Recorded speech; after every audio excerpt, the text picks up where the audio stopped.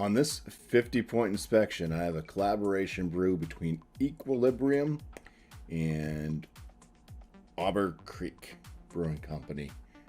This is a double IPA, comes in at 8.5%, called Linear Phase.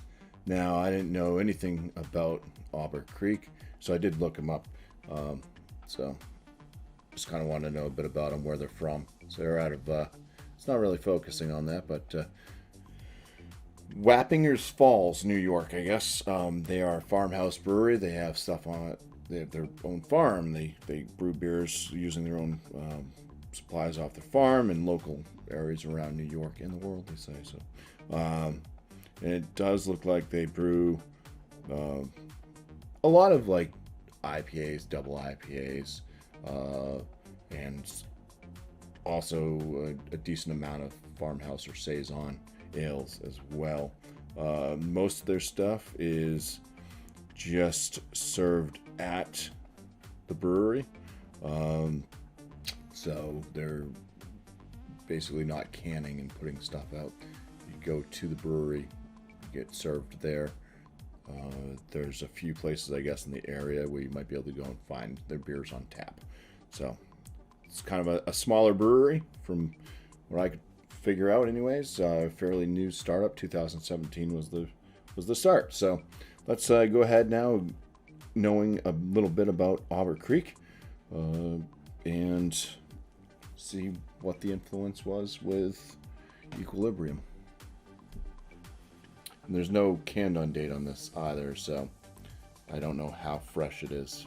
I suppose I could probably scan that and maybe it would tell me, but I'm not doing extra work. Well, I did extra work already. Okay, so I will say I have bought just one can of this. So if I really like it, I can go back and buy more. I bought another just single can of Equilibrium as well. Same thing. It's just in case, because I have been picking up a lot of Equilibrium beers that have been oxidized. And when you buy a 4-pack of oxidized beer, and they're pretty expensive, it sucks. So let's check this one out. It's hopefully not oxidized. It is a bit on the darker side. Head's a bit kind of sudsy, a white sudsy head. The beer color itself is deep, like, I don't know, maybe like a mango, papaya. It does kind of look a little bit caramel-like, but it is very murky as well.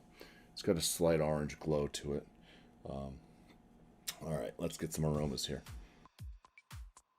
I'd say it's got this papaya nose. There is a bit of a passion fruit kind of seeping in there too.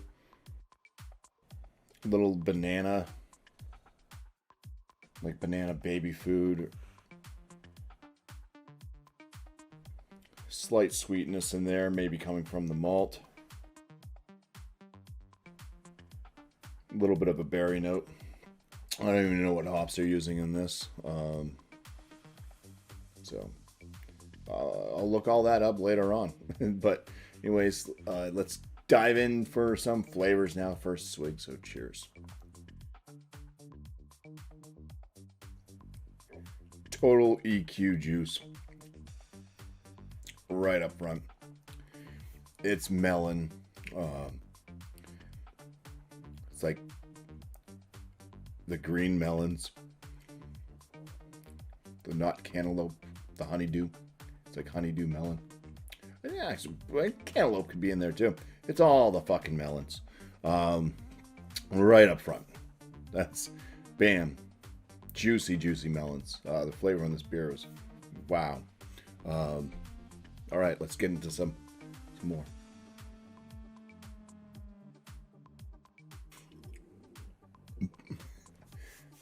My stomach's just going nuts. I haven't eaten anything today, so I'm just like, oh, beer.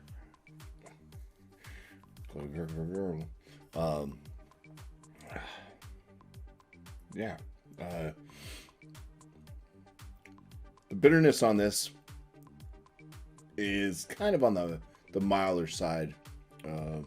There's a little bit of a lingering bitterness, but it stays kind of on that lower threshold, like the kind of melon to berry-esque type notes. Slight breadiness from the malt. The body on this seems about medium. It's got a fairly soft palate to it as well. Carbonation level there's carbonation to it.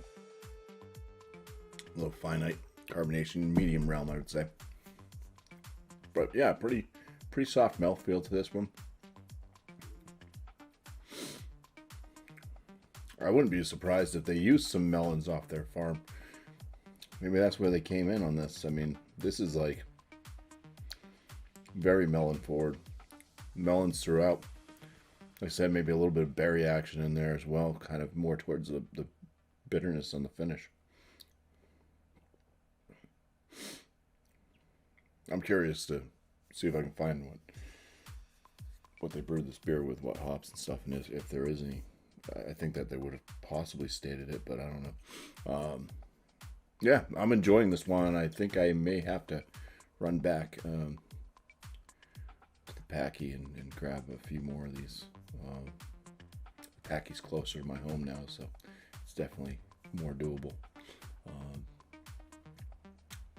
Sweet. All right, let's score it. Okay, so first thing I'll do is I'll go over the untapped stuff. They actually talk about the beer. So yeah, it was just the two breweries kind of got together because they're within the Valley region, the Hudson Valley region, and they're talking about how it's becoming a Mecca for breweries and all that stuff. So they collaborated, made this one with flaked wheat, flaked oats. Sure those aren't the base. That's not the base malt, so I'm sure they use some type of two-row or Pilsner malt in here as well. Then they talk about the hops. They're using Citra and Strata, and then they do dry hopping with Citra, Strata, and Galaxy. So they say linear phase pours a beautiful, creamy, bright yellow. No, like I said, mine's more of like a caramel. It's got like that kind of orange touch to it, but it's more on the. It's got like a tannish color to it in my glass, anyways.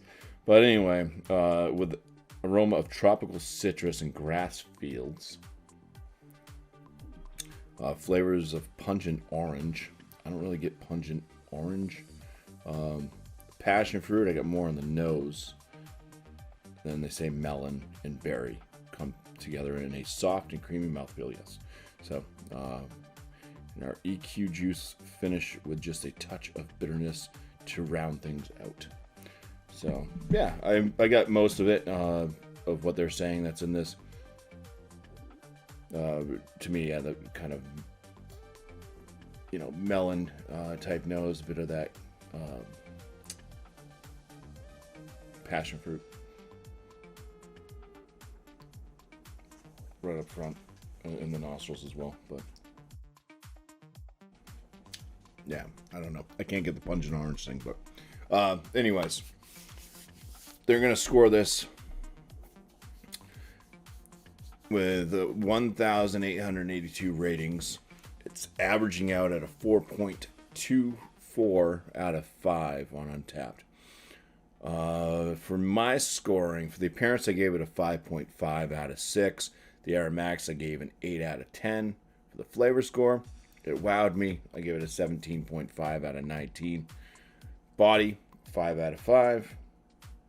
My overall for this one, I'm at a 9 out of 10, which gives the linear phase collaboration between Equilibrium and Obercreek a BuMpY 45 out of 50, which lands us as a very good beer.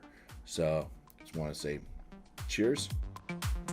Thank you all for watching.